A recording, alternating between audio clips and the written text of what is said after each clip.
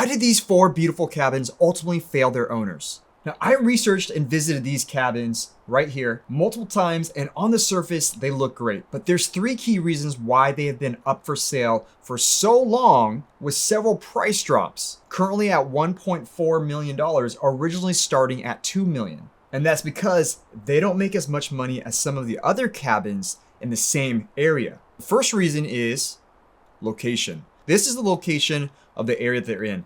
This is where most people are trying to go, and they're trying to visit this area. It's called Mount Hood National Forest. This is where all the skiers and snowboarders, mountain bikers go. The main city that people love to visit is up here. It's called Hood River. Along this freeway here, there's a bunch of waterfalls, kite surfing, and a town that's just beautiful where everybody wants to be.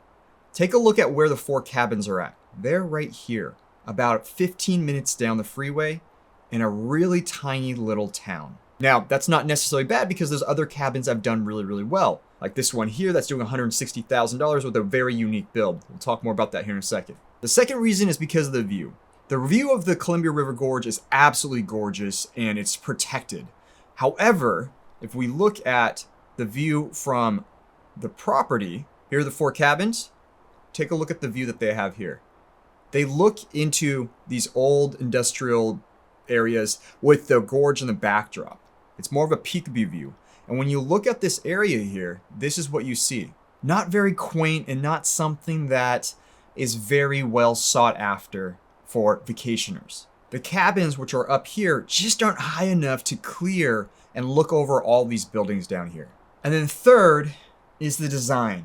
These are cool, very cool, but they're built for scale. There's no privacy or uniqueness to it. They're all 4 identical cabins, Scandinavian style. And down here, where there's the fire pit and the hiking trail, you can look straight into these cabins. So not a lot of privacy for the couples. Now, the design would work in a very high traffic area, but they're in what I call a destination area, and it requires a more unique and private experience like this one. Now, the modern design where neighbors are on top of each other, literally about less than 10 feet apart from each other, is not a romantic getaway that couples typically want. What do you think? Would you invest $1.4 million into this property?